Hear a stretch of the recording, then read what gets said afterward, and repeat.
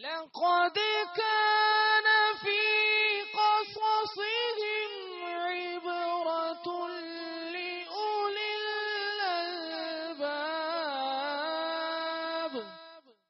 الحمد لله رب العالمين والصلاة والسلام على سيد المرسلين اما بعد فاعوذ بالله من الشيطان الرجيم بسم الله الرحمن الرحيم الصلاة والسلام عليك يا رسول الله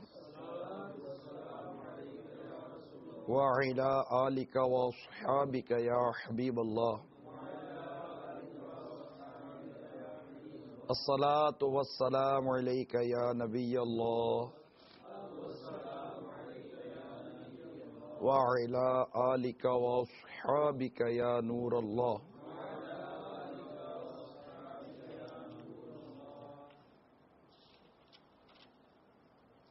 رحمت عالم، نور مجسم، شاہ بنی آدم، رسول محتشم صلی اللہ تعالی علیہ وآلہ وسلم پر درود و سلام پڑھنے کے بے شمار فضائل و برکات ہیں. ایک بہت ہی پیاری روایت آپ کو بیان کرتا ہوں. حضرت سیدنا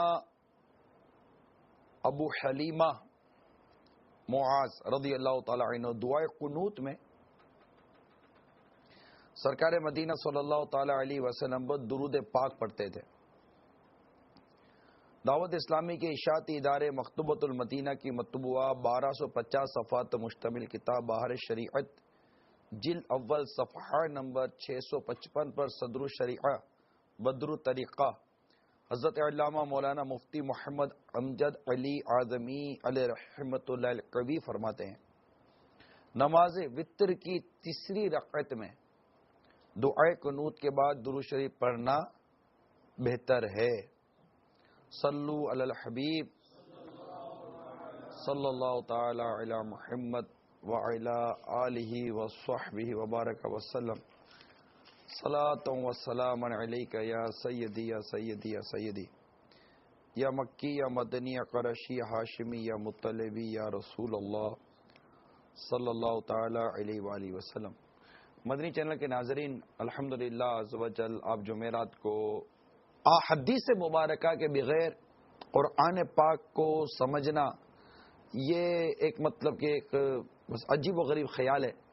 ظاہر ہے کہ قرآن پاک کا جو بیان ہے اس سے ہمارے آقا صلی اللہ تعالی علیہ وسلم نے اس کی تفسیر، اس کی وضاحت اپنے صحابہ کرام علیہ رضوان کو بیان فرمائی کہ یہ آیت کریمہ یہ ہے اور اس کے تحت یہ ہے، پھر اس کے شان نزول بیان ہوئے. اور کئی ایسی عبادات ہیں جن کے کرنے کا بیان قرآن پاک میں موجود ہے اور اس جن کے فرض کا بیان قرآن پاک میں موجود ہے، اس کی اہمیت قرآن پاک میں موجود ہے، لیکن اس کا طریقہ کار ہمیں احادیث مبارکہ سے ملتا ہے. تو قرآن پاک کا بھی مطالعہ ہونا چاہیے، قرآن پاک کو پڑھنا بھی چاہیے. جیسے میں الحمدللہ عز و جل اپنے بارے میں عرض کروں آپ کو کہ جب یہ سلسلہ شروع ہوا قرآنی واقعات، تو از خود اپنی پرسنل فیلنگز بیان کر رہا ہوں کہ مجھے از خود اس میں کافی فوائد اپنی ذات کے لیے میں محسوس کرتا ہوں.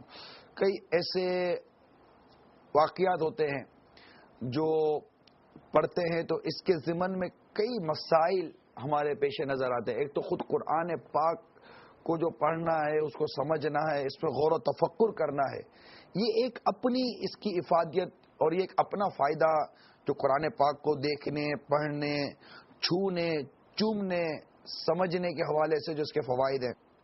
مگر ساتھ ہی جو آیت کریمہ کے تحت جو مدنی پھول ہمارے مفسرین نے بیان کیے، بالخصوص خزائن العرفان جو بارہا آپ کو مطلب کہ اس کے متعلق بیان کیا گیا ہے، صدر الحفاظ نعیم الدین مراد آبادی علیہ رحمۃ اللہ الہادی ان کی تفسیر موجود ہے. اس کے تحت مفسر شہید حکیم الامت مفتی احمد یار خان نعیمی رحمۃ اللہ تعالی نے کئی مدنی پھول اپنی تفاسیر میں بیان کیے ہیں. اور یہ بھی عرض کرتا چلوں کہ خود میرے آقا اعلی حضرت امام اہل سنت مجدد دین و ملت پروانہ شفیع رسالت مولانا شاہ امام احمد رضا خان علیہ رحمۃ الرحمان نے بھی کئی آیات ایسی ہیں جن کی تفاسیر آپ نے عطا کی ہیں، ان کی وضاحت آپ نے عطا کی ہے. جو فتاوی رضویہ کا مطالعہ کرتے ہیں تو ان کو بھی کرنے والوں نے الگ کیا ہے کہ کس آیت کے تحت اعلیٰ حضرت نے اس کی کیا کیا تفسیر اور کیا کیا اس کے وہ مدنی پھول عطا کیے ہیں. عرض کرنے کا میرے مدنی چینل کے ناظرین مقصد یہ ہے کہ اگرچہ یہ ایک سلسلہ ہے جس میں ہم ایک واقعات سنتے ہیں، واقعات میں ایک دلچسپی ہوتی ہے، اور قرآن پاک ایک اتنا پیارا اور اتنا خوبصورت اور اتنا پر لطف یہ کلام ہے کہ جب ہم اس کو پڑھتے ہیں اور اللہ تعالیٰ ہمیں سمجھنے کی توفیق دے تو اس کا ایک پورا ایک تسلسل اللہ تبارک تعالیٰ کی حمد و ثنا بھی ہو رہی ہوتی ہے. پیارے آقا صلی اللہ تعالی وسلم کا ذکر مبارک بھی آ رہا ہوتا ہے، انبیاء کرام علیہ السلام کے مبارک تذکرے قرآن پاک میں آ رہے ہوتے ہیں. تو کہ اللہ نے اپنے نیک بندوں کے تذکرے کیے ہیں، کئی نیک بندوں کی کرامتیں بیان کی ہیں، کئی اپنے انبیاء کرام کے واقعات بیان کیے. تو کس نبی کے ساتھ کیا کیا واقعات ہوئے، پھر کس قوم کے ساتھ کیا واقعات ہوئے، پھر کہیں کفار کا ذکر چلتا ہے تو کہیں یہود و نصارہ کا ذکر چلتا ہے، تو کہیں مسلمانوں کے اوصاف بیان کیے جاتے ہیں، کہیں متقی کون اس کے اوصاف بیان کیے، کہیں جنت کے تذکرے آتے ہیں، کہیں جہنم سے ڈرایا جا رہا ہے، تو کہیں قیامت کی باتیں آ رہی ہے. تو مختلف انداز سے جب پڑھتے جائیں تو یہ چل رہا ہے، پھر کچھ آگے چل کے کچھ اور موضوع آ رہا ہے، پھر زندگی گزارنے کے کہیں مدنی پھول دیتے ہیں، تو گھر گرہستی کیسے کرنی ہے، کیسے نبھانی ہے، تو اپنے بیوی بچوں کے بارے میں جو احکامات، تو تجارت کے بارے میں احکامات، تو زکوٰۃ کے بارے میں احکامات، تو کہیں نماز کی تاکید ہو رہی ہے. اب غور کرے قرآن پاک پڑھتے چلے جائیے، الحمد کے الف سے لے کر والناس کے سین تک مختلف آیاتیں، مختلف صورتیں، مختلف انداز. پھر رب کریم کے اس پیارے کلام کا بڑا پیارا ایک انداز ہے کہ جب اللہ تبارک و تعالیٰ کسی بات کی وضاحت فرماتا ہے تو پھر وہاں اپنے اوصاف بیان کرتا ہے. اللہ تعالیٰ کن کو پسند کرتا ہے وہ بیان کرتا ہے، کس کو پسند نہیں کرتا وہ بیان. جیسا بھی میں نے اچانک ابھی یہ کھولا نا، میرے یہ مضمون نہیں تھا، میں نے اچانک اس وقت یہ قرآن پاک کا یہ صفحات میں نے کھولے اور میرے سامنے اس وقت سورہ نساء کھل گئی. ٹھیک ہے، 5واں پارہ سورہ نساء میرے سامنے کھلی، اور یہ سورہ نساء کی اس وقت میرے سامنے آیت آ گئی 32. کوئی عنوان نہیں، کچھ نہیں، میں نے صرف قرآن پاک ابھی آپ کے سامنے میرے مدنی چینل کے ناظرین دیکھ رہے ہیں، میں نے کھولا. اور جو میں عرض کرنا چاہ رہا تھا وہ یہی ہے کہ جیسے یہاں مطلب کہ ارشاد ہوا کہ اس کی آرزو نہ کرو جس سے اللہ نے تم میں ایک دوسرے پر برائی دی. وہی آ گیا وہ جو مرد اور عورتوں کے متعلق جو تذکرہ اس سے پہلے بھی ہم نے اپنے بیانات میں سنا ہے، اور یہ مردوں کے لیے ان کی کمائی سے حصہ ہے، عورتوں کے لیے ان کی کمائی سے حصہ ہے. اب یہ ساری وضاحت ہو رہی ہے نا. اب یہ آگے چل کے وَاسْأَلُوا اللَّهَ مِن فَضْلِهِ، اور اللہ سے اس کا فضل مانگو. اب یہ ہوا ان اللہ کان بکل شیء علیما، بے شک اللہ سب کچھ جانتا ہے. اب یہ غور کیجئے کہ یہ جو ہے نا ان اللہ کان بکل شیء علیما، بے شک اللہ سب کچھ جانتا ہے. اب یہ جو اللہ تبارک تعالیٰ کا ارشاد ہے نا، یہ پچھلے عنوان کی کہیں وضاحت کر رہا ہوتا ہے کہ پیچھے کوئی ایسا تذکرہ آ رہا ہوتا ہے کہ اس سے یہ بتایا جا رہا تھا کہ بے شک اللہ سب کچھ جانتا ہے. یہ ایک دوسرے کے اوپر جو فضیلتوں کے تذکرے ہوئے، ایک دوسرے کی ہماری جو خواہشات ہوتی ہیں، ہم جو سوچتے ہیں، ہم جو بات کرتے ہیں، ہمارے جو تفکرات ہوتے ہیں، اللہ تعالیٰ سب کچھ جانتا ہے. تو آگے کا جو بیان آتا ہے نا وہ یہ اتنا خوبصورت انداز ہے قرآن پاک کا.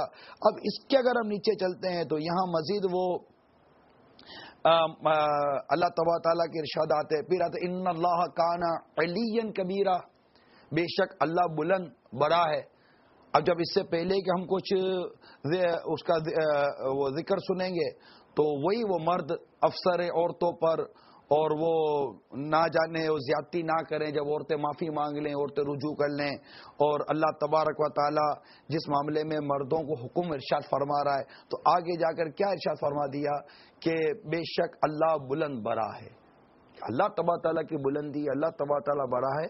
تو یوں قرآن پاک کو اگر ہم دیکھیں ان اللہ کانا علیما خبیرہ، بے شک اللہ جاننے والا خبردار. اب اس سے پہلے کوئی ایسا مضمون چل رہا ہوگا کہ اللہ تبارک و تعالیٰ اس کے آخر میں اپنا ایک وصف بیان کرتا ہے، ان اللہ کان علیما خبیرا، بے شک اللہ جاننے والا خبردار ہے۔ تو یوں اگر ہم دیکھتے ہیں، بے شک اللہ کو خوش نہیں آتا کوئی اترانے والا برائے مارنے والا، تو اس سے پہلے اس طرح کا کوئی ذکر چل رہا ہوگا، اللہ تعالیٰ نے اپنی پسند اور ناپسندیدگی کا یہاں ارشاد فرمایا۔ تو یوں اگر ہم قرآن پاک کا مطالعہ کریں اور اس کو غور کرنے کی اصل حاجت ہے، اس کو سمجھنے کی اصل حاجت ہے، تو میں اپنے پرسنل فیلنگز آپ سے شیئر کر رہا تھا کہ جب اس طرح کا بیان کا سلسلہ شروع ہوا تو خود بیان کرنے والے کو اس کے بے شمار فوائد اگر وہ غور کرے تو اس کو نصیب ہوتے ہیں، پھر اچھی اچھی اس کو نیتیں اللہ کرے کہ نصیب ہوتی چلی جائیں۔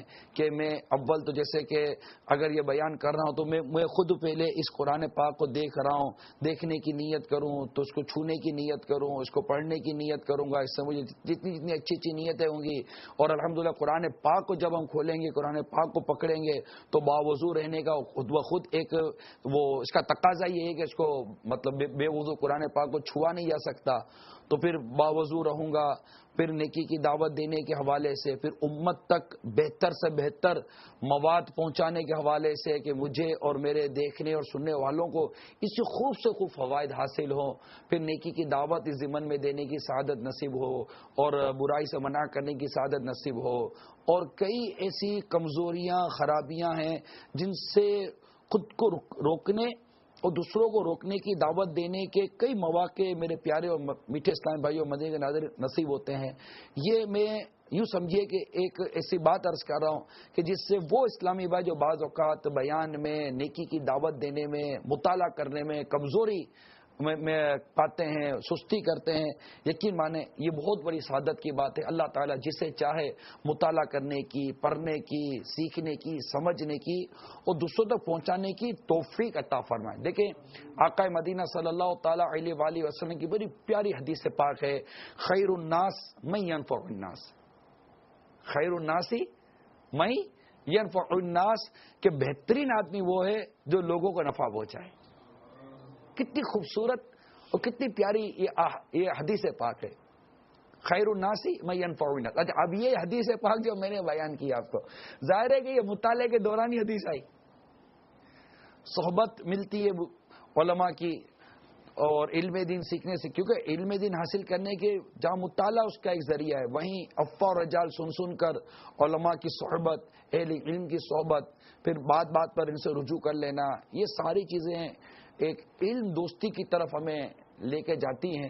تو میں اپنے مدنی چینل کے ناظرین کو یہ ضرور عرض کروں گا کہ واقعتاً قرآن پاک کو پڑھنے اور سمجھنے کی کوشش کریں۔ میرے یہاں موجود اسلامی بھائی بھی نیت کریں کہ ہم انشاءاللہ عز و جل قرآن پاک کو غور و خوض اور تفکر کے ساتھ پڑھیں گے، بالکل کھولیں پڑھیں، اللہ تبارک و تعالی سے دعا کریں۔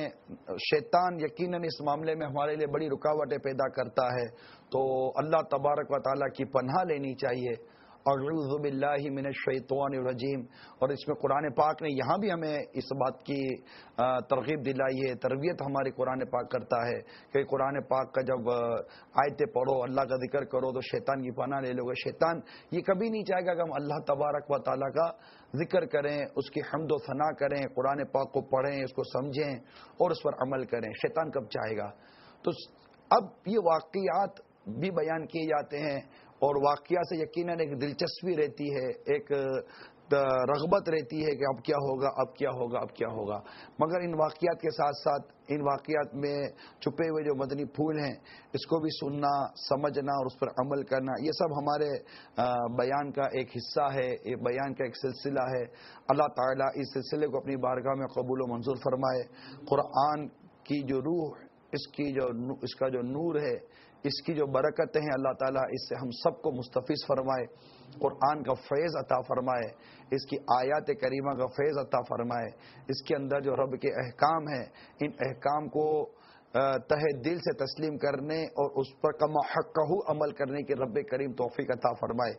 اور اس میں قرآن پڑھنے سے جو ہمارے دل میں جو زنگ لگتا ہے وہ زنگ دور ہوتا ہے۔ واقعی قرآن ایک عشق رسول صلی اللہ علیہ وسلم کے بڑھنے کا بھی بہترین ذریعہ ہے کہ یہ وہ کلام ہے جو ہمارے آقا صلی اللہ علیہ وسلم قلب اطہر پر نازل ہوا ہے۔ یہ اتنا پاکیزہ اور اتنا پیارا کلام ہے، اور اللہ تبارک و تعالی نے اس کلام کو امت کے لیے کس قدر اس کو یاد کرنا آسان کر دیا. کتنی یہ سعادت کی بات ہے. اللہ تبارک و تعالی نے اس امت کو جو عطا کی ہے کہ اس امت کا بچہ بچہ قرآن پاک کو یاد کر لیتا ہے. کتنے مطلب کہ اگر یہ اگر قرآن پہاڑوں پر نازل ہوتا تو پہاڑ ریزہ ریزہ ہو جاتا، پہاڑ ریزہ ریزہ ہو جاتے. یہ مطلب اس کی اپنی ہیبت، اس کی اپنی جلالت ہے. مگر اس قرآن کو میرے آقا صلی اللہ علیہ وسلم کے قلب اطہر پر اتار دیا گیا، اور میرے آقا صلی اللہ علیہ وسلم نے اپنے صحابہ کرام علیہم الرضوان کو نہ صرف اس کی آیتیں بیان کی بلکہ اس کی وضاحتیں، اس کی تفسیر بیان ہوئی. پھر صحبت رسول صلی اللہ علیہ وسلم نے تزکیہ کیا اور بہت کچھ اس کے مدنی پھول ہیں.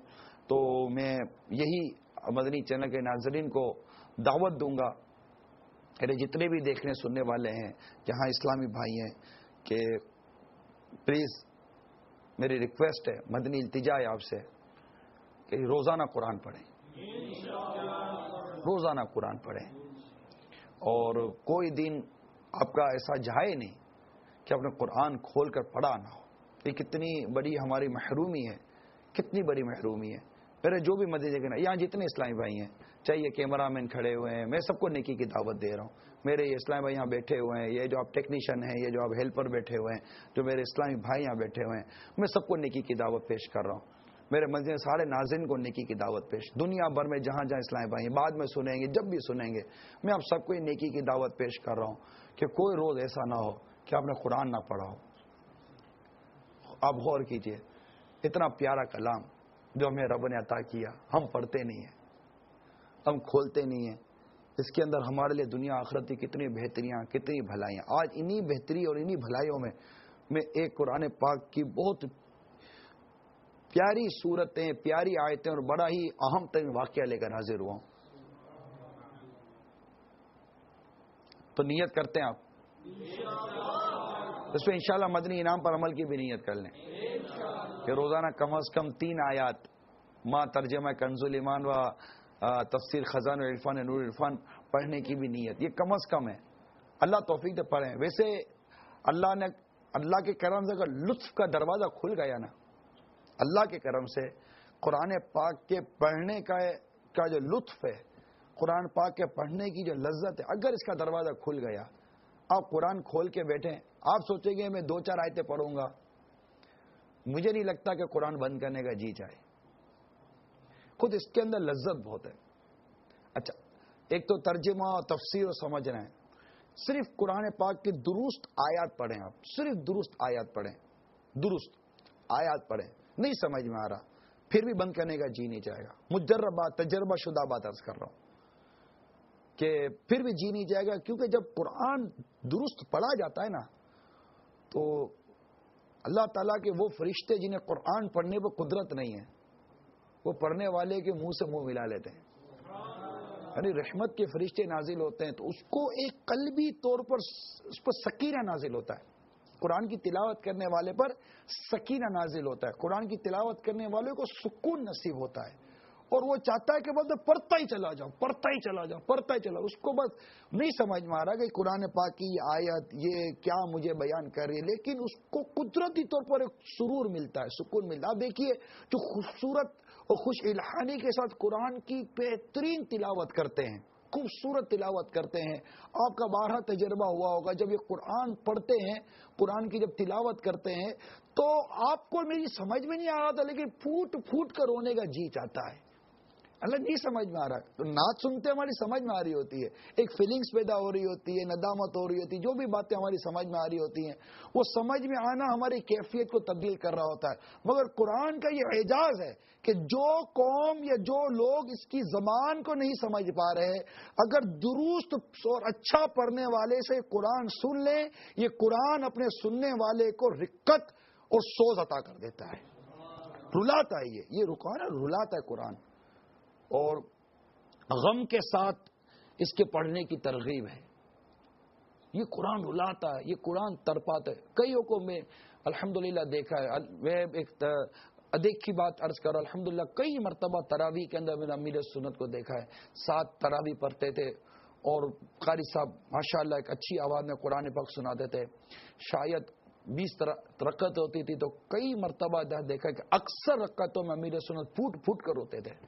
ایسے کئی الحمدللہ عاشقان رسول کو دیکھا ہے میں نے کہ تراویح کے اندر، حالانکہ تراویح میں سب کو پتہ ہے کہ تراویح میں عموماً جیسے نیند کا غلبہ بھی ہوتا ہے، تھکن بھی چڑھی ہوئی ہوتی ہے، لیکن اللہ تعالیٰ جس پر چاہے، میں نے عرض کیا، جس پر چاہے اللہ تعالیٰ لطف اور لذت کا دروازہ کھول دے. یہ اس کا غیب کا خزانہ ہے کہ اللہ تعالیٰ اپنے ذکر کی لذت دے دے، اپنے ذکر کا لطف دے دے، اپنے ذکر میں راحت دے دے، ایک قلبی سکون نصیب کر دے. یہ خدا کی قسم، یہ اس کے غیب کے خزانے ہیں. یہ جس پر چاہے کھول دے، جس پر چاہے یہ کشادہ کر دے.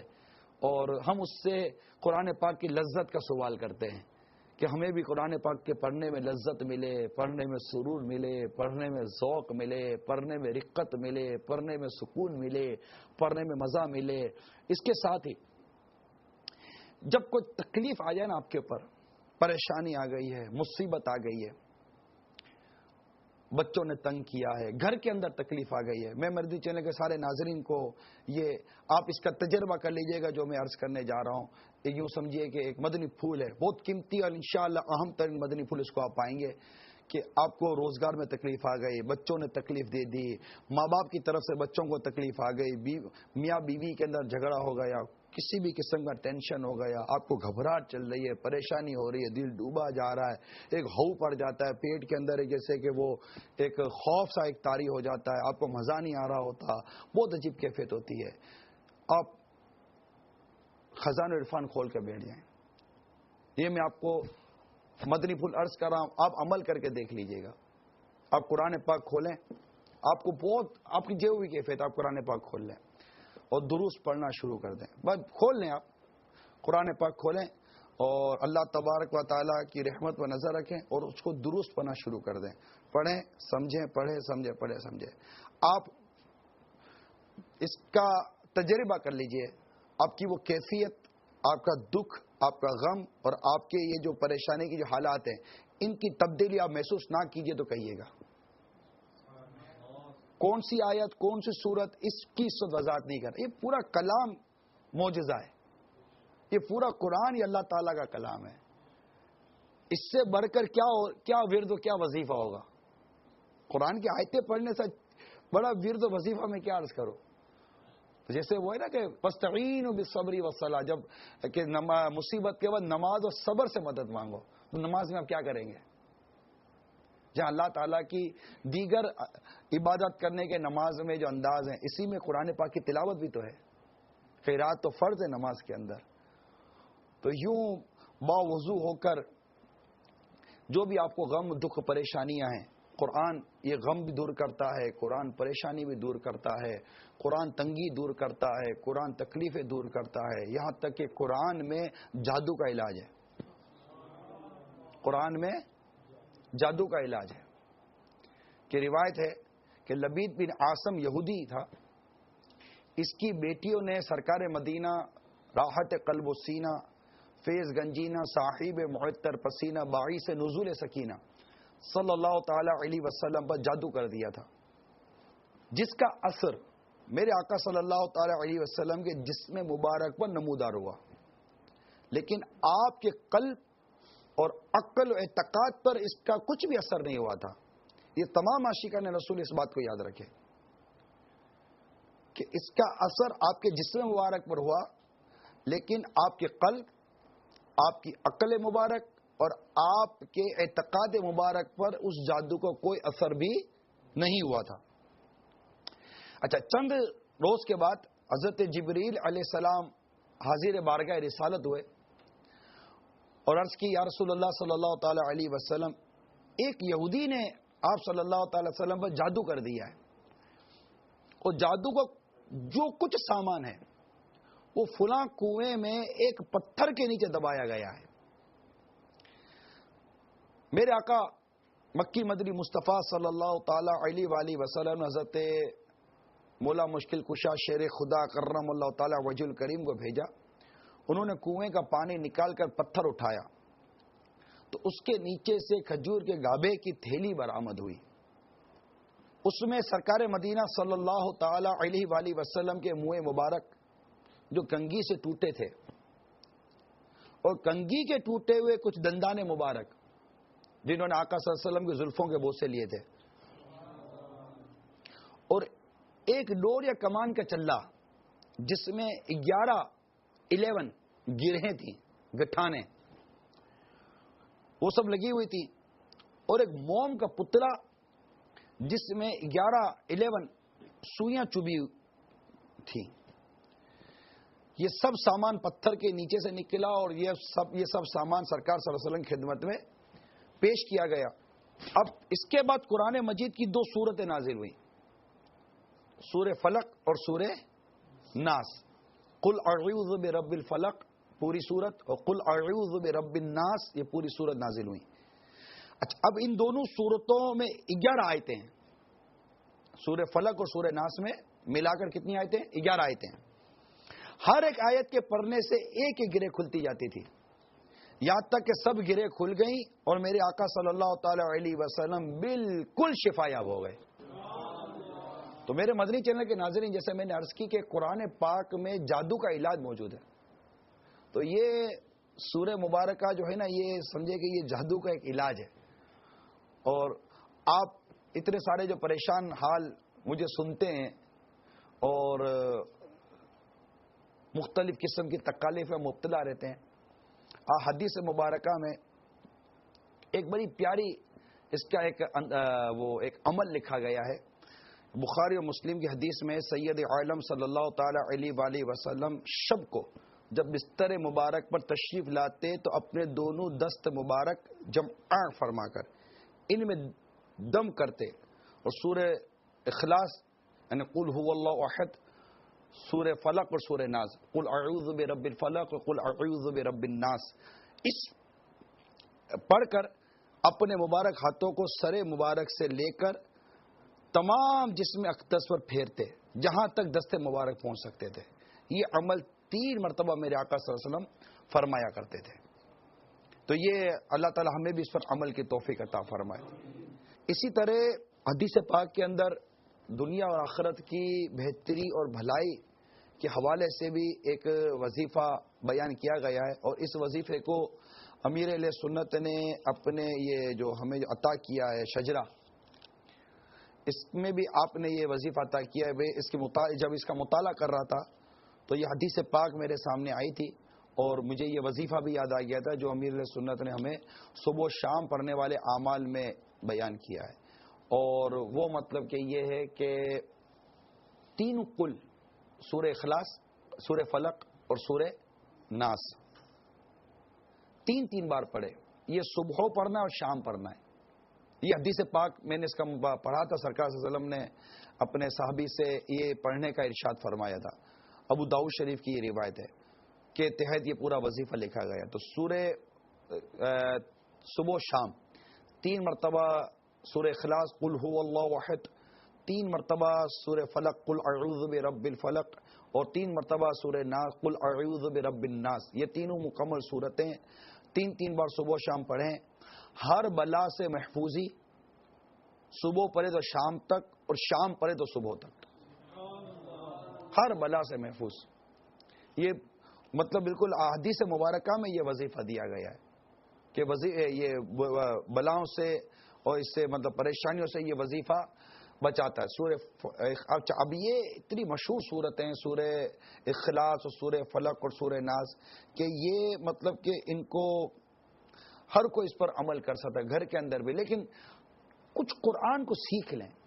اب قل یہ موٹے قاف سے نا، 2 نقطے والا جو قاف ہوتا ہے، اور ایک ہوتا ہے کل، ایک کاف ہوتا ہے جسے ہم لکھتے کل، قاف اور کاف، ان دونوں کی ادائیگی میں فرق ہے، ان دونوں کی ادائیگی سے معنی تبدیل ہو جاتے ہیں۔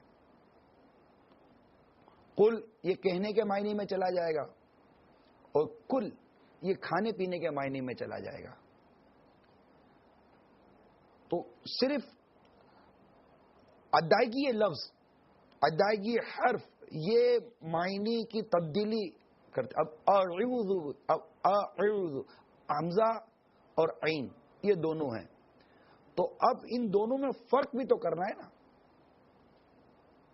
کہ سننے پر کہ عین عین ہی نکلے اور حمزہ حمزہ ہی نکلے.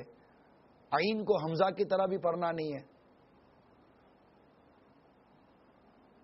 اب فلق قاف پر قلقلہ کرنا ہے. ابھی آپ قلقلہ اور ادغام اور یہ ساری مطلب کہ بحثیں اور اخفاء اور اظہار کی جو میں چاہے اب یہ وہ مدرسۃ المدینہ بالیگان نہیں ہے جو اس میں بیان کر رہا ہوں. مگر میں مدنی چینل کے ناظرین کو ایک بات عرض کروں نا کہ آپ اور ہم سب نے یقیناً کئی وظیفے لیے ہوں گے. یہ اسپیشلی طور پر جو اسلامی بہنیں ہوتی ہیں نا، کہ ہم تو اتنا پڑھتی ہیں نہ اتنا پڑھتی ہے نہ یہ بھی پڑھا تھا یہ بھی پڑھا تھا، اتنے لاکھ مرتبہ فلاں کا ختم کیا تو اتنے ہزار مرتبہ فلاں ختم، یہ ہزار ہزار بولیں گے، ہزار بھی نہیں نکلتا. تو یہ کیا تھا؟ بالکل ہماری جو کمیونٹی کے جو مطلب کہ ہوتے ہیں، اب ان کے تو تلفظ اور ادائیگی میں بڑا مسئلہ ہوتا ہے. تو فرق تو پڑا نہیں، یہ کہتے ہیں فرق تو پڑا نہیں. فرق کہاں سے پڑتا بھائی؟ آپ نے اس کو درست ادا کیا ہی نہیں تھا. آپ تالے کی چابی درست ہوتی اور چابی کے دندانے درست ہوتے تو تالا کیوں نہ کھلتا؟ اب آپ تالا ڈال کے گھماتے رہو، چابی گھومتی ہے، تالا نہیں کھلتا.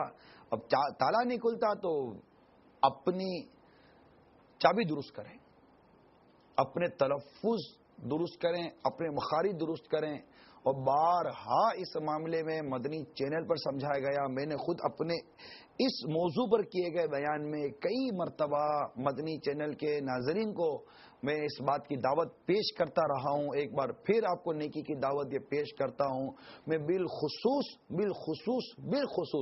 اسلامی بہنوں کو میں ضرور اس بات کی یہ دعوت پیش کرتا ہوں، کیونکہ مردوں کے مقابلے میں بالخصوص ان کے قرآن پڑھنے کے جو تلفظ وغیرہ کا معاملہ ہے یہ بہت کمزور ہے. کیوں کہ یہ مطلب بچپن میں تو یوں بھی ہوتا تھا گھروں کے اندر، تو ماسیاں آتی تھی گھر میں بچوں کو پڑھا کر چلی جاتی تھی، مائیں آتی تھیں اور بچوں کو گھروں میں پڑھا کر چلی جاتی. اب ان کے وہ مائیوں کے تلفظ وہ بھی درست نہیں ہوتے تھے. تو اچھی قاریہ یہ اچھے قاری صاحب سے ہم نے پڑھا نہیں. اب دعوت اسلامی نے الحمدللہ مدرسات بنا دی جو اچھی قراءت بھی جانتی ہیں اور اچھی طرح قرآن پڑھ بھی لیتی ہیں. اسی طرح دعوت اسلامی کے مدنی ماحول میں سینکڑوں نہیں ہزاروں قاری صاحبان بنائے گئے اور جو اچھا قرآن پڑھتے ہیں اور اس کے تجوید و مخارج کو نہ صرف سمجھتے ہیں بلکہ سمجھانے پر بھی الحمدللہ ان کو قدرت حاصل ہے. تو اب میں آپ کی اپنی جو اسلامی بہنیں جو مدنی چینل پر اس وقت میرے ساتھ ہیں ان کو میں ضرور یہ عرض کروں گا کہ خدا را اپنے قرآن کو درست کر لیں. آپ کی عمر کتنی بڑی ہو، آپ بھلے کتنا ہی پنسورے کے پنسورے ختم کر دیتی ہوں، کتنی صورتوں کی صورتیں پڑھتی ہو، سورہ جمعہ آپ کی کبھی نہیں چھٹتی، سورہ واقعی آپ کی کبھی نہیں چھٹتی، سورہ بقرہ آپ پڑھ لیتی ہو، سورہ آل عمران ختم آپ کر لیتی ہو، ساری صورتیں آپ پڑھتی ہو، روزانہ سورہ ملک کی تلاوت بھی آپ کر لیتی ہو، سب کچھ کر لیتی ہو، مگر پڑھتی رہتی ہو. ٹھیک ہے پڑھتی رہتی ہو، لیکن ایک بار چیک تو کروا لو آپ اپنا قرآن. بھلے آپ کی عمر کتنی ہے، آپ کا تجربہ کتنا ہے، آپ مطلب کہ اتنے بچوں کی ماں بنی ہوئی ہیں یا آپ کی اتنی ساری بہویں ہیں، جو بھی ہے، اب بہو ہو نند ہو جو بھی آپ مطلب کہ اسلامی بہنیں ہیں، میں آپ سب سے یہ مدنی التجا کروں گا، اسپیشلی میرے جو اسلامی بھائی ہیں جو شادی شدہ اسلامی بھائی ہیں وہ کوشش کریں اپنا قرآن درست کرنے مدرسۃ المدینہ بالیگان کے ذریعے، دعوت اسلامی کے مدنی ماحول کے ذریعے یا کسی بھی اچھے سنی قاری سے اگر آپ کو جو میسر ہو اس سے کریں. اور پھر اپنے بچوں کی امی یا جس سے آپ کی شادی ہوئی ہے اس پر آپ غور کریں کہ اچھا بچوں کی امی شادی کا یوں مطلب آزاد کہتے ہیں بچے تو بچوں کی امی کہنا یہ زیادہ مطلب کہ حیا کے قریب ہے. بچے نہیں ہے تو پھر گھر اس طرح مطلب کہ میرے گھر والوں نے کہا ہے تو کوئی اچھا مہذب لفظ استعمال کر لینا چاہیے. تو جو جن سے آپ کی شادی ہوئی آپ کی زوجہ جو ہیں ان کو قرآن درست کرنا ضروری نہیں کہ وہ اپنے گھر والوں سے یا جہاں سے وہ آئی اپنا قرآن درست کر آئی ہوئی ہوں.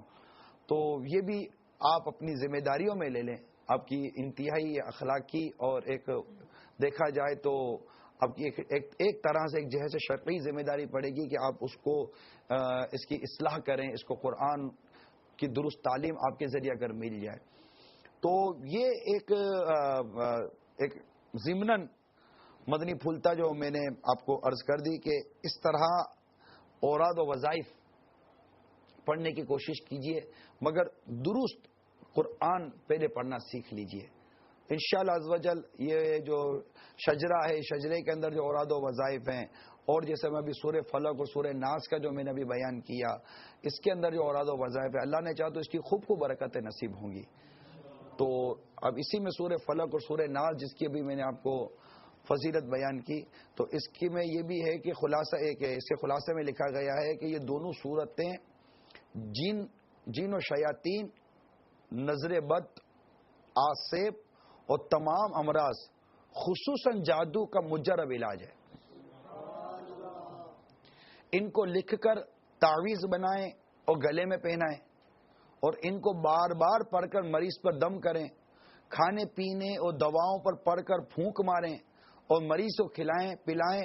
انشاءاللہ عز و جل ہر مرض خصوصاً جادو یہ بھاگ جائے گا اور مریض کو شفا نصیب ہوگی. اب آپ دیکھیے کہ کتنی ساری فضیلتیں اس میں آ گئیں.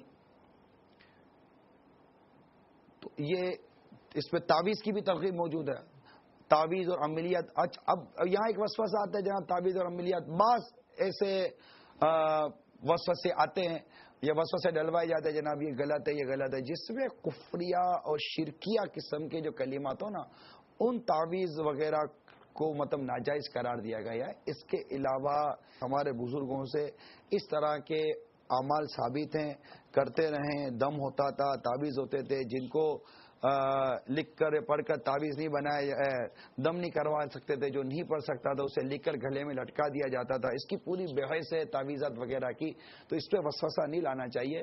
اور یہ بھی ایک اللہ تبارک و تعالیٰ نے اب اس امت کو ایک علاج کی نعمت عطا کی ہے کہ قرآن کے ذریعے، اوراد و وظائف کے ذریعے علاج ہوتے ہیں. البتہ یہ ہم سورت بھی اپنے سلسلے میں سنتے ہیں، اس سورت کے معنی بھی اس سلسلے میں ہم سنتے ہیں، پھر اس ضمن میں مدنی پھول بھی ہم اپنے سلسلے میں بھی سنتے ہیں. البتہ یہ سورہ فلق، قل اعوذ برب الفلق، ترجمہ کنز الایمان، تم فرماؤ میں اس کی پناہ لیتا ہوں جو صبحوں کو پیدا کرنے والا ہے. پناہ لے رہا رب کریم کی. من شر ما خلق، اس کی سب مخلوق کی شر سے. ومن شر غاسق اذا وقب، اور اندھیری ڈالنے والے کے شر سے جب وہ ڈوبے. یعنی ام المومنین عائشہ صدیقہ رضی اللہ تعالی عنہما سے مروی ہے کہ رسول اکرم صلی اللہ تعالی علیہ وسلم نے چاند کی طرف نظر کر کے ان سے فرمایا، اے عائشہ اللہ کی پناہ اس کے شر سے، یہ اندھیری ڈالنے والا ہے جب ڈوبے. یہ ترمذی کی روایت ہے. یعنی آخر ماہ میں جب چاند چھپ جائے تو جادو کے وہ عمل جو بیمار کرنے کے لیے ہیں اسی وقت میں کیے جاتے ہیں. وَمِن شَرِّ النَّفَّاثَاتِ فِي الْعُقَدِ، اور عورتوں کے شر سے جو گرہوں میں پھونکتی ہیں. یعنی جادوگر عورتیں جو ڈوروں میں گرے لگا لگا کر ان میں جادو کے منتر پڑھ پڑھ کر پھونکتی ہیں، جیسے کہ وہ میں نے ابھی وہ واقعہ بیان کیا جو سرکار صلی اللہ تعالی علیہ وسلم پر جادو کیا گیا تھا.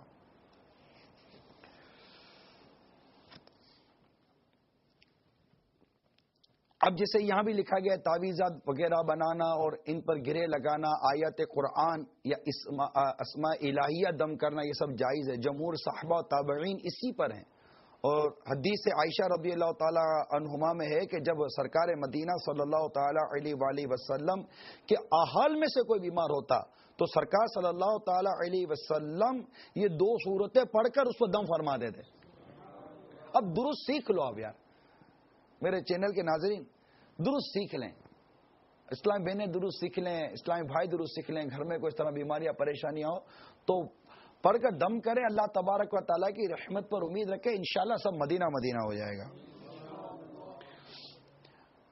وَمِن شَرِّ حَاسِدٍ اِذَا حَسَدَ، اور حسد والے کے شر سے جب وہ مجھ سے جلے. اب یہاں پر جیسے کہ حسد والا وہ ہے جو دوسروں کے زوال نعمت کی تمنا کرے. یہاں حاسد سے یہود مراد ہیں کہ جو نبی پاک صلی اللہ علیہ وسلم سے حسد کرتے تھے اور لبید بن عاصم جس کا یہ واقعہ ہو، یہ عاصم یا اعراب نہیں لگے ہوئے، یہ یہودی حسد بدترین صفت ہے. یہ جیسے حسد کرتا ہے تو حسد بدترین صفت ہے، اور یہی سب سے پہلا گناہ ہے جو آسمان میں ابلیس سے سرزد ہوا اور زمین میں قابل سے ہوا، کہ قابل نے جو حابیل کو قتل کیا، حضرت آدم علیہ السلام کی دونوں جو اولاد تھی، حسد ہی تھا کہ وہ اس کو جو لڑکی اس حسد کا سبب بنی عورت، کہ اس کا اس پر دل تھا اور وہ اس کے نکاح میں جا رہی تھی، تو اس کو اسے حسد ہو گیا کہ یہ اس کو نہ ملے، یہ مجھے ملے. تو اس طرح یہ حسد کرنے والوں سے پناہ لینے کے لیے بھی یہ کہ انشاءاللہ عز و جل اس صورت مبارکہ سے میں اللہ تعالیٰ سے امید کرتا ہوں، اللہ تعالیٰ سے یہ ہمارا اعتقاد رکھتے ہیں کہ اللہ تعالیٰ اس سورہ مبارکہ کی برکت سے ہمیں حاسدوں کے حسد سے بھی بچائے گا، اور بھی دیگر شرور اور دیگر فتنوں سے اللہ تبارک تعالیٰ ہم سب کو محفوظ فرمائے. اتنی پیاری صورت مبارکہ ہے، اور یہ اللہ تبارک تعالیٰ نے ہمیں کلام پاک میں عطا فرما دی. پڑھنے اور بس پڑھنے کی حاجت ہے، اس کو سمجھنے کی حاجت ہے، درست پڑھنے کی حاجت ہے.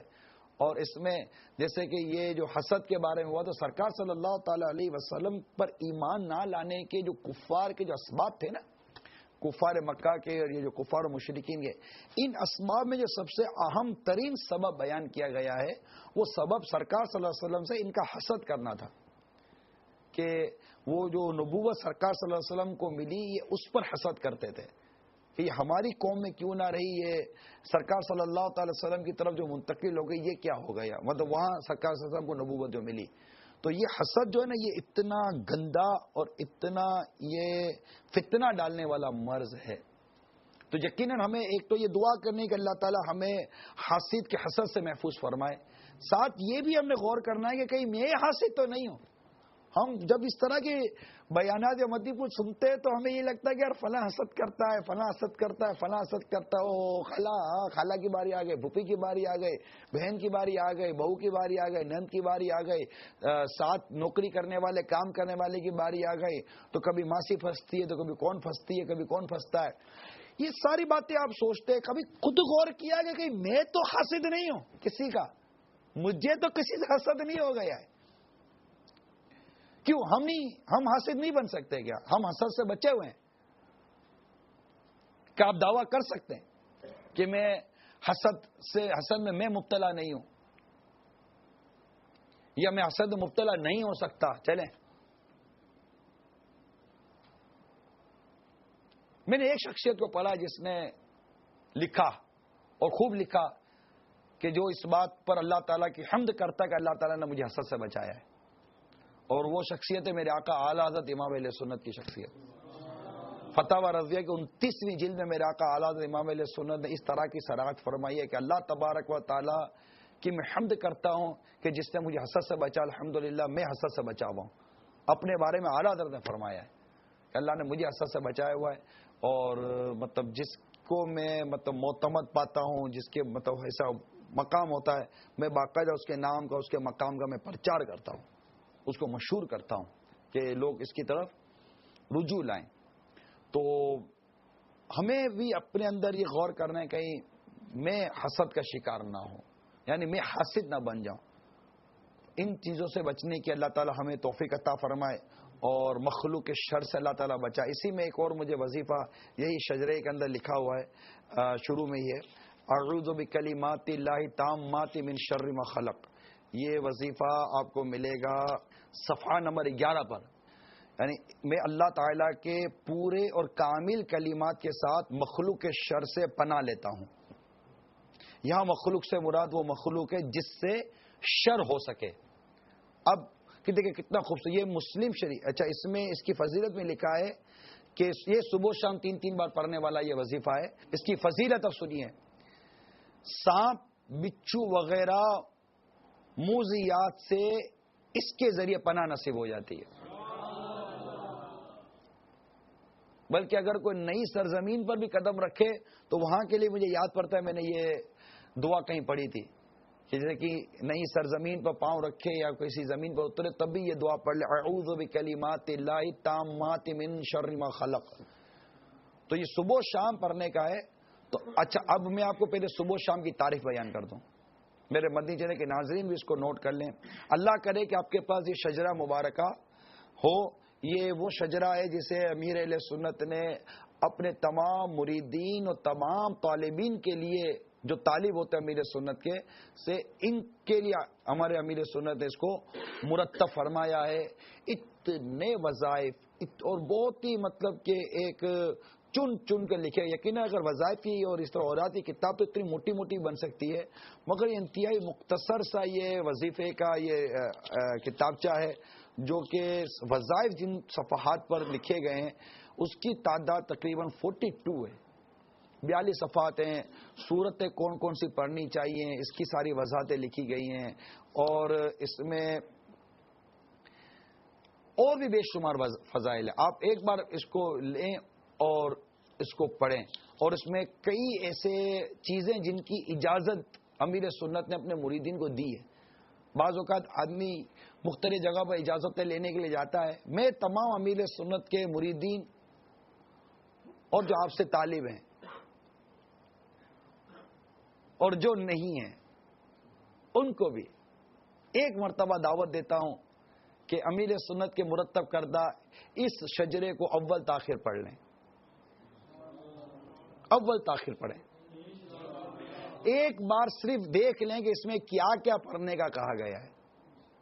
کم از کم مرید جو ہو چکا، یہ طالب ہو چکا جس کو اس کے پڑھنے کی خاص اجازت دی گئی ہے، اس کو تو چاہیے کہ وہ اس کو چاٹ لے.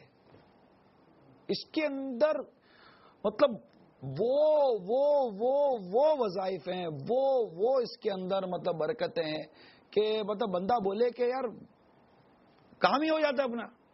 یعنی حصار، حفاظت، کہ میرے گھر کی بھی حفاظت رہے، میرے بیوی بچوں کی حفاظت رہے، میرے مال اسباب کی حفاظت رہے، میرے دین و ایمان کی حفاظت رہے. حصار ہو گیا، حصار ہو گیا. حصار کا لفظ بھی ہم پہلے سنتے چلتے رہے. یہ حصار کروانے کے لیے ترکیبیں بنتی ہیں. حصار کیسے ہو کیا جائے؟ اپنے دین و ایمان، جانو مال، گھر بار بھی بچوں کا، یہ حصار کا وظیفہ اس میں لکھا ہوا ہے. بے شمار ایسے امیر سنت کے مریدین ہیں، بے شمار ایسے اوراد و وظائف پڑھنے والے جن کو وظیفے یاد ہیں. اسی طرح صبح و شام پڑھنے میں جو دین و ایمان کی حفاظت کا جو اس میں وظیفہ ہے، بسم اللہ علی دینی، بسم اللہ علی نفسی و ولدی و اہلی و مالی. بسم اللہ علی دینی، اللہ کے نام سے میرے دین. بسم اللہ علی نفسی، میری نفس، و ولدی، میری اولاد، و اہلی، میرا اہل، و مالی، میرے مال. ان سب کی حفاظت اللہ تعالیٰ کے نام سے ہو. یہ وظیفہ اس میں ہے. ایمان کی حفاظت کا وظیفہ اس میں ہے. اللہم انا نعوذ بک من ان نشرک بک شیئا نعلمہ ونستغفرک لما لا نعلمہ. اب یہ 3 بار پڑھنا ہے. اس کی فضیلت یہ ہے کہ خاتمہ ایمان پر ہو. کتنی عمدہ ترین یہ وظیفہ ہو گیا. اور وہ جو میں بسم اللہ علی دینی، بسم اللہ علی نفسی و ولدی و اہلی و مالی، یہ جو میں نے وظیفہ آپ کو دیا 3 بار، دین، ایمان، جان، مال، بچے سب محفوظ رہیں. یہ الوظیفۃ الکریمہ جو میرے آقا اعلیٰ امام اہل سنت نے جو وظائف کی کتاب نقل کی ہے، یہ اس میں سے نکال کر امیر سنت نے ہمیں دیا ہے. اس کے آگے بھی اتنے پیارے پیارے وظیفے ہیں. شیطان کے مکر و فریب سے، اس کے لشکروں سے محفوظ رہنے کا اتنا خوبصورت وظیفہ ہے. بسم اللہ جلیل الشان عظیم البرہان شدید السلطان ما شاء اللہ کان اعوذ باللہ من الشیطان الرجیم. اچھا، یہ کہ اس کی ایک برکت میں نے یہ بھی دیکھی ہے کہ انشاءاللہ عز و جل غصہ ٹھنڈا ہو جائے گا. وہ جو غضب ہوتا ہے نا آدمی کو، جو جوش آ جاتا ہے، وہ بھی اس میں کافی برکت ہے. تو سید الاستغفار بھی ہے. تو کئی چیزیں اس میں لکھی گئی ہیں. تو صبح و شام کی میں آپ کو وضاحت کر دوں کہ پہلے صبح اور شام کی تعریف ذہن نشین کر لیں. آدھی رات ڈھلے سے سورج کی پہلی کرن چمکنے تک صبح ہے. اس سارے وقفے میں جو کچھ پڑھا جائے اسے صبحوں میں پڑھنا کہیں گے. اور دوپہر کے ڈھلے یعنی ابتدائے وقت ظہر سے لے کر غروب آفتاب تک شام ہے. اس پورے وقفے میں جو کچھ پڑھا جائے اسے شام میں پڑھنا کہیں گے. ٹھیک ہے. یہ وضاحت بھی اس شجرے مبارکہ میں لکھی گئی. اب چلے یہ ساری مدنی پھول وہ اس کے تحت اللہ تعالیٰ قبول فرما لے. خیر الناس من ينفع الناس. کہ تم میں سے بہتر آدمی وہ ہے جو لوگوں کو نفع پہنچائے. تو اور ویسے روایت میں ہے کہ جو اپنے لیے پسند کرتے ہو اپنے بھائی کے لیے پسند کرو. تو الحمدللہ مجھے یہ وظائف بہت پسند ہے. میں از خود مجھے ان وظیفوں سے محبت بہت ہے. ہمارا قافلہ کسی ایک جگہ پھنس گیا تھا اور بڑے بری طرح پھنسا تھا, بڑا بری طرح پھنسا تھا. مت پوچھو بات, جو پھنسا تھا سو پھنسا تھا. اگر ابھی وہ میرے چینل پر ناظرین اگر سن رہے ہو جو ہمارے ساتھ یہ سارے وہ مسائل میں پھنسے ہوئے تھے, تو ان کو شاید یہ باتیں یاد آ جائیں گی. تو ہم نے آپس میں اسی شجرے کے اوراق تقسیم کر لیے تھے. مصیبت کام اٹک جائے تو کیا کیا پڑھنا چاہیے, اس میں سب وظیفے لکھے ہوئے ہیں اتنی بار پڑھنے کے. تین دن ہم 2 دن جو ہمارے گزر گئے تھے, بڑی پریشانی تھی. الحمدللہ ایسی مدد ہوئی کہ عقل دنگ رہ گئی, کہاں سے بھی مدد آئی اور کیسے مطلب ہماری وہ پریشانی اور مصیبت یوں جھٹپٹ حل ہو گئی. یہ ذاتی جو بیتی اس کا میں نے آپ کو واقعہ بیان کیا ہے. اب وہ واقعے کی پوری بنیاد بیان نہیں کرتا میں آپ کو. تو اے میرے مدنی چینل کے ناظرین, اسلامی بھائیوں, اسلامی بہنوں, مدنی منوں, مدنی منیوں, جو مدد دنیا بھر میں ہیں, آپ جس ملک میں ہیں, اللہ تعالی ہمیں امیر علیہ سنت کی غلامی دعوت اسلامی پر استقامت عطا فرمائے. یہ مدنی ماحول ہمیں دیکھیں قرآن پاک بھی سکھا رہا ہے, ہمیں دنیا اور آخرت کی برکتیں بھلائیاں نصیب کر رہا ہے, اور کس طرح ہم اپنے آپ کو, اپنے گھر کو, اپنے بیوی بچوں کو سیکیور کر سکتے ہیں, پروٹیکشن دے رہا ہے یہ دعوت اسلامی. اب شریعت و طریقت کا ایک ایسا مطلب کہ خوبصورت سا یہ ایک مدنی گلدستہ ہے کہ یار مدینہ مدینہ ہے. یار دعوت اسلامی مدینہ مدینہ ہے. یقین مانے ایک بار آپ دعوت اسلامی میں مکمل آ جائیں جیسا آنا چاہیے, پھر آپ دیکھیے کہ زندگی کا لطف دوبالا نہ ہو جائے تو نام بدل دیجیے گا. کہ وہ محاورہ ہے نا, نام بدل دینا. تو میرا نام بدل کے بھی کیا کریں گے, وہ عمران تو اتاری بولو گے.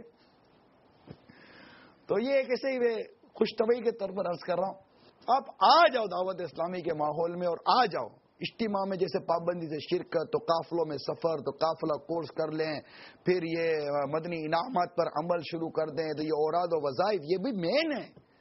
مطلب ہم اس کو وہ الگ سے ہم لیتے ہیں. میں کہتا ہوں یہ بہت مین چیز ہے. یہ زینے چڑھاتی ہے, یہ ترقی دلواتی ہے, یہ گناہوں سے بچاتی ہے, شیطان سے بچاتا ہے. یہ اوراد و وظیفہ بڑی بہت اہمیت ہے اس کی. دیکھیں حدیثوں میں کتنے اوراد و وظائف کی ترغیب آئی. نماز کے بعد سورہ وہ آیت الکرسی پڑھنے کی فضیلت آئی ہے, نماز کے بعد تسبیح فاطمہ پڑھنے کی فضیلتیں آئی ہیں, تو جمعہ میں فلاں سورتیں پڑھنے کی فضیلتیں ہیں, تو فلاں دن فلاں پڑھنے کی فضیلت ہے, سورہ تکاثر پڑھنے کی فضیلت الگ ہے, سورہ ملک پڑھنے کی فضیلت الگ ہے, سورہ اخلاص پڑھنے کی فضیلت الگ ہے. تو یہ سورتیں, آیتیں اور ساری چیزوں کی پڑھنے کی فضیلتیں ہیں, اور اس کی بے شمار برکتیں نصیب ہوتی ہیں, بے شمار برکتیں نصیب ہوتی ہیں. تو ان تمام چیزوں کو دعوت اسلامی کے ماحول میں اختیار کرنے کے لیے آپ کو پورے کے پورے ماحول کو ایڈاپٹ کرنا پڑے گا. Keep in touch, it's not fair, مطلب بالکل درست نہیں ہے. یقیناً قدرے بہتر ہے, نہ ہونے سے ہونا بہتر ہے, لیکن اس کی آپ کو پوری لذت ملے گی, اس کا پورا مزہ ملے گا. مدینے کے یاد میں رونے کا جو لطف آپ کو دعوت اسلامی کے ماحول دے گی, آپ یاد کرتے رہو گے. آ جاؤ دعوت اسلامی کے ماحول میں, آ جاؤ. اسلامی بہنیں مدرسۃ المدینہ بالیغات کا رخ کریں وہاں کا. آپ بھلے بڑی عمر کی ہو گئی ہیں, آپ کو میں بوڑھی بولوں, انٹی بولوں, کیا بولوں, جو بھی آپ چلیں بڑی عمر کی ہو گئی ہیں, آپ بھی اسلام بہنوں کے پیچھے پڑ جائیں. ساری اسلامی بہنیں مدرسۃ المدینہ بالیغات کو بالکل, اور دروس پڑھنے والے اسلامی بہنیں, دروس پڑھانے والے اسلامی بہنیں آگے آئیں. ایسا نہ ہو کہ غلط پڑھا کر اپنے لیے ثواب جاریہ کے بجائے گناہ جاریہ لے لیں. اسی طرح اسلامی بھائی بھی مدرسۃ المدینہ بالیغان کا رخ کریں. ہماری مساجد کے اندر, مدارس میں, مختلف مقامات میں مدرسۃ المدینہ بالیغان لگ رہے ہیں. اس میں دروس پڑھانے والے اسلام بھائی آگے آئیں. ایسا نہ ہو کہ ثواب جاریہ کے بجائے گناہ جاریہ ہو جائے, غلط پڑھا دیں. الحمدللہ دعوت اسلامی میں سکھانے کے پورے مواقع اور وہ کورسز وغیرہ بھی اس طرح کے ہوا کرتے. انشاءاللہ عز و جل مدینہ مدینہ ہو جائے گا. قرآن کی تعلیم درست طور پر عام ہوگی.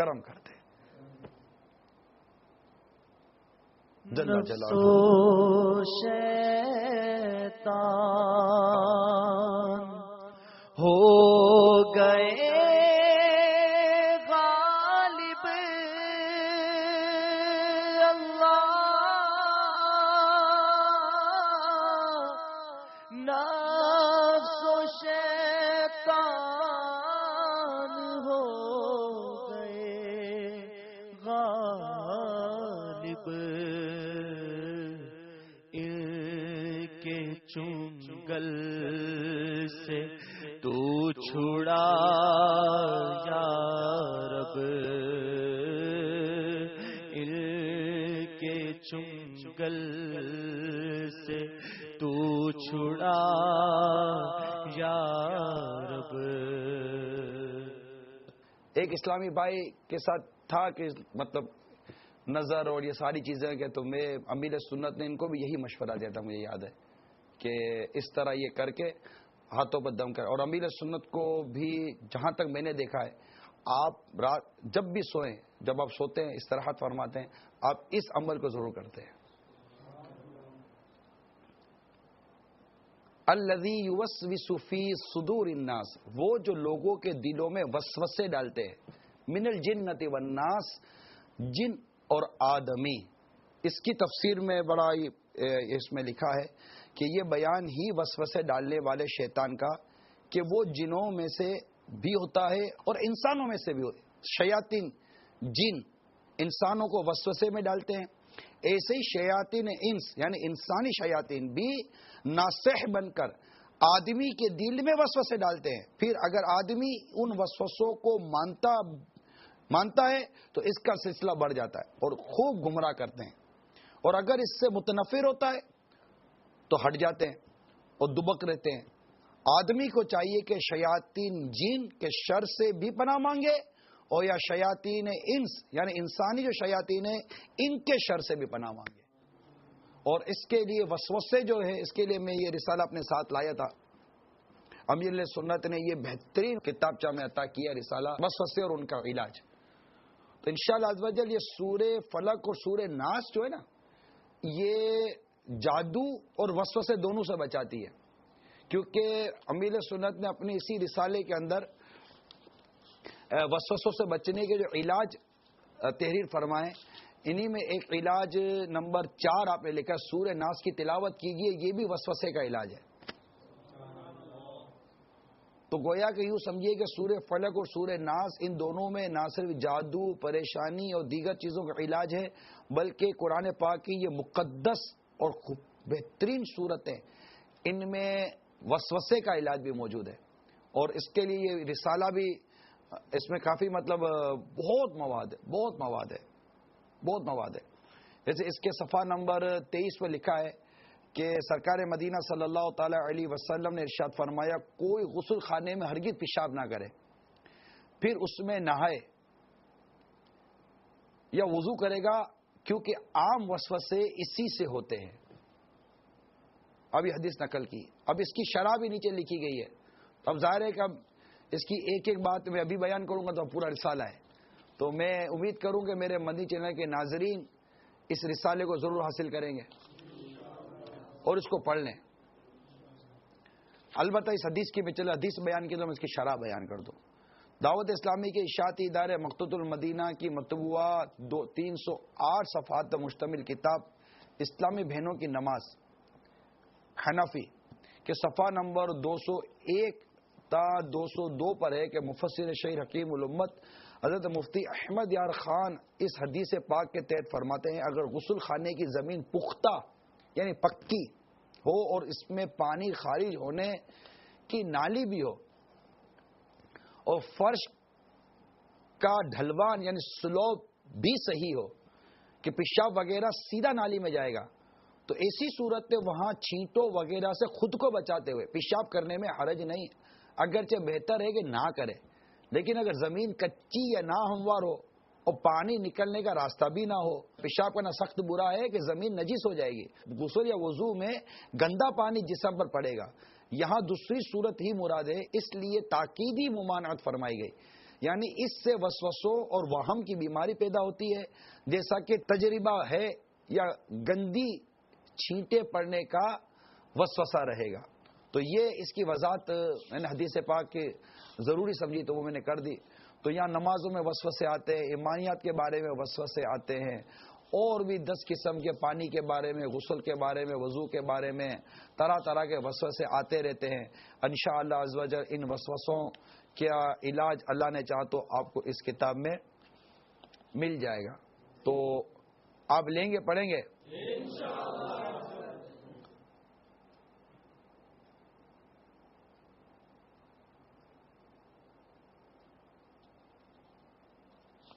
اللہ ہم سب کو عمل کی توفیق عطا فرمائے۔ بہت پیاری پیاری، اب میں یہ پڑھ رہا تھا، ایسا لگتا ہے کہ یہ رسالہ پورا بیان کر دینا چاہیے۔ اب حدیث ہے کہ یہ دلچسپی آپ کی پیدا ہوگی۔ حضرت سیدنا عمر بن عبدالعزیز رضی اللہ تعالی عنہ سے منقول ہے، کسی نے اللہ عز و جل سے دعا کی، یا اللہ عز و جل مجھے بنی آدم یعنی آدمی کے دل میں شیطان کے وساوس ڈالنے کا طریقہ دکھا دے۔ اس نے خواب میں دیکھا کہ ایک شیشے کی طرح کا آدمی ہے جس کے اندر باہر سب آر پار نظر آ رہا ہے۔ اس کے کاندھے اور کان کے درمیان شیطان مینڈک کی شکل میں بیٹھ کر اپنی طویل باریک سونڈ کو کاندھے سے اس کے دل تک داخل کیے وسوسے ڈال رہا ہے۔ جب وہ آدمی اللہ عز و جل کا ذکر کرتا ہے، شیطان پیچھے ہٹ جاتا ہے۔